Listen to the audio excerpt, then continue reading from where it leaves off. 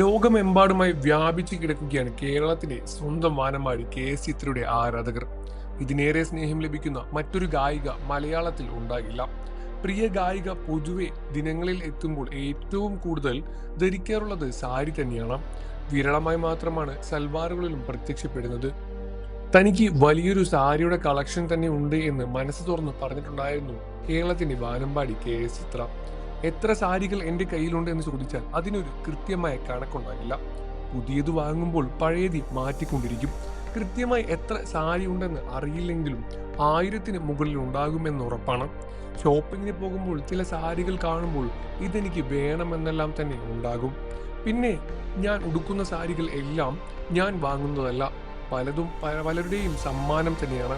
അവയിൽ ചിലത് എനിക്ക് ഇഷ്ടമുള്ളതായിരിക്കും, ചില സ്റ്റെഫിനുകൾ എനിക്ക് ഇഷ്ടമല്ല.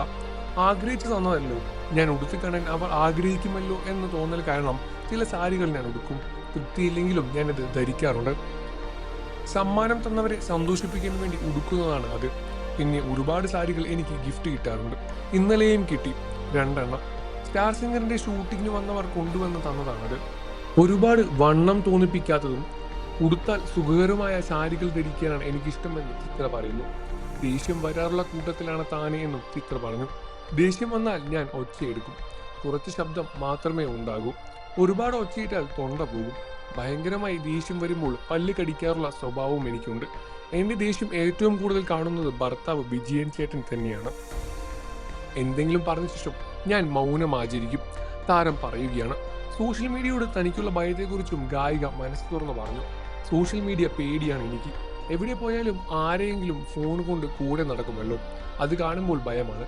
ദൈവമേ, ഇവർ എന്തു ഭാഗവും കട്ട് ചെയ്തിടാൻ പോകുമെന്ന് ഓർത്താണ് എനിക്ക് ഭയം.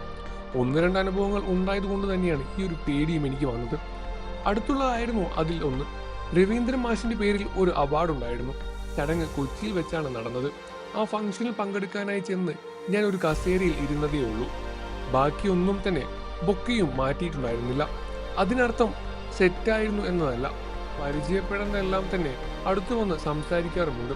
അപ്പോഴേക്കും പിറകിൽ ഒരമ്മ ഓടി വന്നു. ഫോട്ടോ എടുക്കാൻ വന്നതാണ്. അതിനിടയിൽ അവരുടെ കൈകൾക്കിടയിൽ എൻ്റെ മുടി അമർന്നു. അന്ന് തലയിൽ വേറൊരു വെപ്പ് മുടി കൂടി വച്ചിട്ടുണ്ടായിരുന്നു. ഒരു പബ്ലിക് ഫംഗ്ഷന് വന്നതല്ലേ, വെച്ചത് ഊരി വീണാൽ നാണക്കേടാവില്ലേ? അവരുടെ കയ്യിൽ മുടി അമർന്നപ്പോൾ എൻ്റെ തലയും ചെറുതായി വലിഞ്ഞു.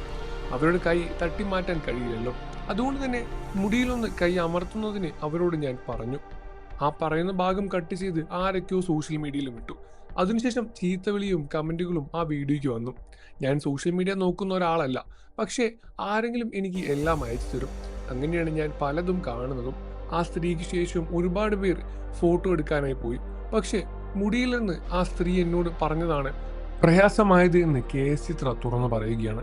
നിങ്ങൾക്ക് ചിത്ര ഇഷ്ടമാണെന്ന കാര്യം വീഡിയോയ്ക്ക് താഴെ കമന്റ് ചെയ്ത് പറയുക.